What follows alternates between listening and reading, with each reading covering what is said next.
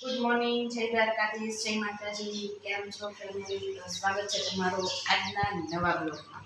તો ચાલો, ધન્યબેન તૈયાર થઈ ગયા છે અને નાસ્તો કરી લીધો છે ધન્યએ. હા, ધન્યબેન તૈયાર થઈ નાસ્તો કરી લીધો. ગુડ મોર્નિંગ, જય દ્વારકાધીશ. મારી મમ્મીના બ્લોગમાં તમારું સ્વાગત છે. તો આપણે ચાલો આજે મોડું થઈ ગયું બ્લોગ સ્ટાર્ટિંગ કરવાનું. સૂર્ય દાદાનું છે ને તો સીન સારું નહીં આવે. જો બધા જ દર્શન કરી લેજો, કારણ કે આપણે આજે મોડા થઈ ગયા છીએ. નાસ્તો કરી લીધો, કોરું મોરું બનાવ્યું. હા, જો કોરું મોરું બનાવ્યું અને લંચ બોક્સમાં કોરું મોરું લઈ જવું છે. ને મેં પાણીનો બોટલ પણ ભરી લીધો છે. હમણાં દવા પીવાની છે. નહીં હવેથી તો સારું છે. દવા પીધી એટલે બહુ ઉતરાણ નથી આવતી. તો આ દવા કેવી લાગે આ પીવાની સમરા આખું મોટું બગડી જાય. તો બ્લોગમાં કન્ટિન્યુ રહેજો. હવે મમ્મી મને સ્કૂલે મૂકી જાય તો બ્લોગમાં કન્ટિન્યુ રહેજો. મળીએ થોડી વાર પછી. હે ફેમિલી, તો આપણે સ્કૂલેથી આવી ગયા છીએ. વાગવામાં 12:30 છે અને જમવાનું ઓલમોસ્ટ બની ગયું છે. જો પછી તૈયાર કરે છે મમ્મી અને આપણે ફ્રેશ પણ થઈ ગયા છીએ. ફ્રેશ થઈ ગયા છે. આપણે નાઈ લીધું કારણ કે ગરમી થઈ ગઈ હોય ને એટલે. નહીં મમ્મી? જો હું તૈયારી કરું છું, બધું જમવાનું લઉં છું. અને અમારા કૃષ્ણાબેન જો અત્યારે સૂતા છે. એને અને આજે તો મારે ભાગ થઈ ગઈ હતી સવારમાં. ટાંકામાં ખબર નહીં પાણી ખતમ થઈ ગયું તો કાલે કામ કર્યું હતું, સાફ સૂફ ને બધું કરતી હતી ને એમાં પાણી ખતમ થઈ ગયું એટલે સવારની એમાં જ હતી. ટાંકો ભર્યો ને એવું બધું કામ કર્યું. આજે તો કામ હારે પાણી નહોતું એટલે કાંઈ કામ ઉકલતું નહોતું એટલે આજે બધું લેટ થઈ ગયું હતું. કચરા પોતા કરવાનું બધું એટલે એવું છે. બધું કામ કમ્પ્લીટ કરી લીધું છે. પોતા મારી લીધા બધું કરી લીધું. અને હવે બપોર પછી આપણે કપડાં ધોવાના. શહેરમાં તો અમારે તો બહુ તડકો હોય એટલે બપોર પછી બહુ તડકો. કારણ કે અમારી નીચે ચોકડી છે ને ત્યાં ધોવા જવાનું. કારણ કે અહીંયા અમારી ચોકડી છે પણ નાની છે. જો છે ને ચોકડી નાની છે જો, અને એમાં છે ને નીચે મોટી છે જો, એટલે ધોવાની મજા આવે ને. અત્યારે તડકો છે એટલે મમ્મી ન જાય કારણ કે એના માથું દુખેલા છે. તડકાનું ખાવાનું પણ ન હોય.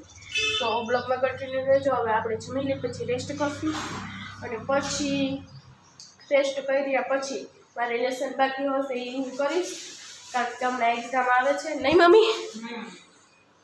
ધન્યબેનને એક્ઝામની તૈયારી કરવાની છે એટલે. અને આપણું રસોડું છે ને થોડું ક્લીન થઈ ગયું છે જો. બસ થોડું ઘણું કરી લીધું છે. થોડું ઘણું હવે પછી જમીન વાસણ સાફ કરી લઈ. આટલા જ વાસણ છે હવે.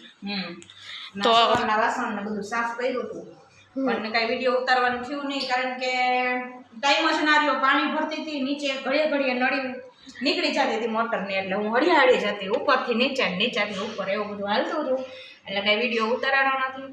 અને પછી સીધી રસોઈ કરવા વળી કારણ કે ધન્વી આવે ને એટલે એને ભૂખ બહુ લાગે છે કારણ કે સવારે નાસ્તો કર્યો હોય પણ થોડો એમ. કારણ કે સવારે 7 વાગે જઈએ બરાબર. આપણે તો વહેલું ઉઠવું પડે. 6 વાગે ઉઠવું જોઈએ તો 6:30 આપણે નાસ્તો કરીએ પછી કપડાં પહેરીએ ત્યાર થઈએ તો 7 વાગી જાય. 7 વાગે પછી 9:30 બ્રેક પડે તો પછી તો ભૂખ લાગે જ ને. પેટ ધન્વીબેનને ભૂખ બહુ લાગે એટલે 6 વાગે રસોઈ બની ગઈ છે ને દાળ થઈ જાય. હાલો જમી લઈ મળીએ. વિડીયોમાં કન્ટિન્યુ બના રહેજો. ચાલો મળીએ થોડીક વાર પછી. મળીએ અને જો મમ્મીએ મસ્ત દાળ બનાવી દીધી છે. તો આવી જાઓ બધા જમવા માટે. જેને જેને જમવું હોય એ આવી જાઓ. ચાલો મળીએ થોડીક વાર પછી. હે ફેમિલી, તો હવે આપણે જમી લીધું છે ને હવે કૃષ્ણાબેન જો પાણી પીવે છે. એને હમણાં ભરી દીધું ને એટલે અને એને જમી પણ લીધું છે. હવે એ સૂઈ જશે અને મમ્મીએ વાસણ પણ સાફ કરી લીધા છે. નહીં મમ્મી? જો આપણા વાસણ ક્લીન થઈ ગયા છે અને બારે જો કેવો તડકો છે. કેવો છે નહીં? આપણે થોડીક વાર બાયણે નીકળ્યા હોય ને તો આમ ઘરમાં આવીને છાંય આવીને તો અંધારું થઈ જાય. તો હવે રેસ્ટ કરી લઈશું આપણે. મળે થોડીક વાર પછી. આપણે 4 વાગે ઉઠી ગયા હતા અને જો નાસ્તો પણ કરી લીધો. જો વાસણ પણ ઉટકાઈ ગયા છે જોવો. અને વાગવામાં અત્યારે 6 છે. આપણે હોમવર્ક વાંચી લીધું થોડુંક. હવે આપણે બહાર જશું કારણ કે મમ્મી પણ વહી છે. હવે આપણે પણ થોડુંક વાર માઇન્ડ ફ્રેશ થઈ જાય એટલા માટે આપણે પણ બહાર જઈશું. તો મળીએ. મમ્મી લસણ બહાર ફોનમાં ગઈ છે. આજે દહીં તીખાની અને બાજરાના રોટલા બનાવવાના એટલા માટે તો આપણે પણ જઈશું. તો મળીએ થોડીક વાર પછી. તો ફેમિલી આપણે જમવાનું બની ગયું છે. બાજરાના રોટલા અને દહીં તીખા.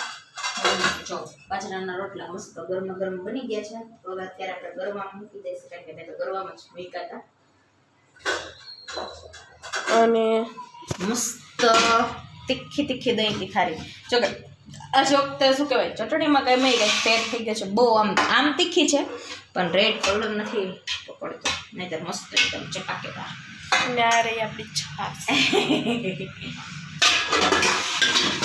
તો ચાલો હવે જમવાનું છે તો જમી લેશું આપણે હમણાં. તો તમને અમારો આ બ્લોગ કેવો લાગ્યો, સારો લાગ્યો હોય તો લાઈક કરજો, શેર કરજો. અમારી ચેનલમાં જો તમે નવા હો તો મારી ચેનલને સબસ્ક્રાઈબ કરી લેજો. જય દ્વારકાધીશ.